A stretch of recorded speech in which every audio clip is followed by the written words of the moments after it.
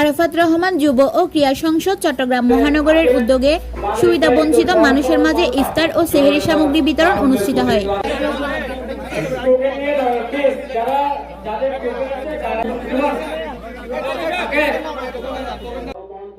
সংগঠনের সভাপতি লায়ন কামরুল হাসান তালুকদারের সভাপতিত্বে ও সাধারণ সম্পাদক গিয়াসউদ্দিন আবিদ ও চকবাজার থানা ছাত্র দলের সিনিয়র যুগ্ম আহ্বায়ক আব্দুল কাদের, যুবনেতা মোহাম্মদ রায়হানের সঞ্চালনায় অনুষ্ঠানে প্রধান অতিথি হিসেবে উপস্থিত ছিলেন চট্টগ্রাম সিটি কর্পোরেশনের মাননীয় মেয়র জননেতা ডাক্তার সাদাত হোসেন। প্রধান বক্তা হিসেবে উপস্থিত ছিলেন চট্টগ্রাম মহানগর বিএনপির সাবেক সাধারণ সম্পাদক আবুল হাশেম বক্কর।